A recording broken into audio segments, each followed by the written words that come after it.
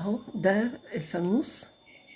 يا رب يكون كده الورشة سهلة عليكم، والورشة هتبقى خفيفة بإذن الله.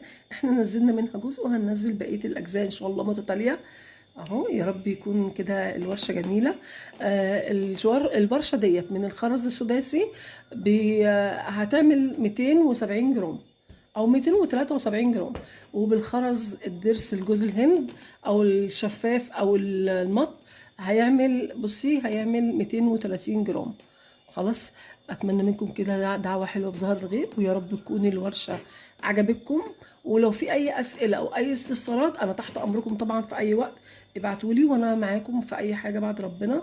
يعني ان شاء الله كده يبقى موسم خير عليكم وموسم بركه ان شاء الله. بصي انت القعده ديت ممكن تطبقيها تبقى مسنوده كده على الارض، وممكن تفتحيها كده زي ما انا مفتحاها هنا اهوت. يعني بصي انا عامله على القعده على شكلين.